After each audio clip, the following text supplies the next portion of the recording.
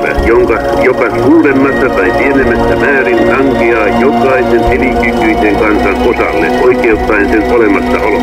Kansalaiset, te olette jo eilen radiossa kuulleet ja tänään sanomalehdessä lukeneet ne rauhan ehdot, joiden pohjalla meidän on ryhdyttävä tulevaisuuttamme rakentamaan. Hämmästyneinä olemme saaneet kokea, miten Pietari Suuren harrastukset ovat heränneet henkiin Neuvostoliitossa. Kansalaiset, rauhaa rakastava kansamme on taas joutunut raan hyökkäyksen kohteeksi. Jälleen kerran on sama vihollinen, joka runsaan puolen vuosituhannen kuluessa lyhyin väliajoin on yhteensä noin 100 vuotta hävittäen, murskaten ja murhaten käynyt sotia pientä kansaamme vastaan. Aseveljeni, potilaat, suojeluskuntalaiset ja rintamamiehet, nähdessäni nyt edessäni Suomen vapausarmeijan joukkoja, Suomen armeija ja suojeluskunnat, tunnen kiitollisuutta siitä luottamuksesta, jota te kerran osoititte minulle.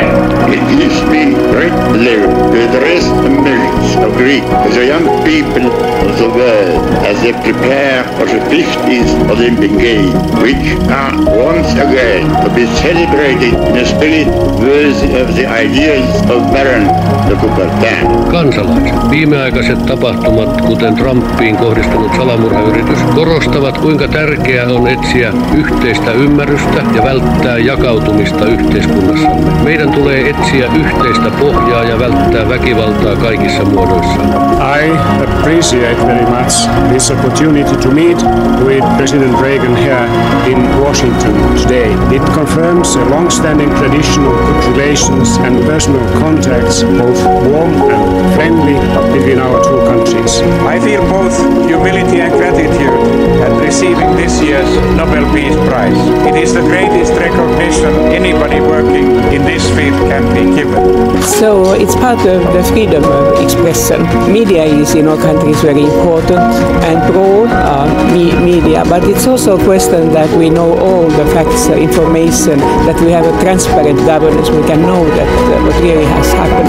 You have to keep in mind that this is not the first time we are discussing about NATO, and not the first time we will discuss about NATO with Russia. They have made it very clear earlier years that if you join NATO, they will do whatever they have explained, some contra steps.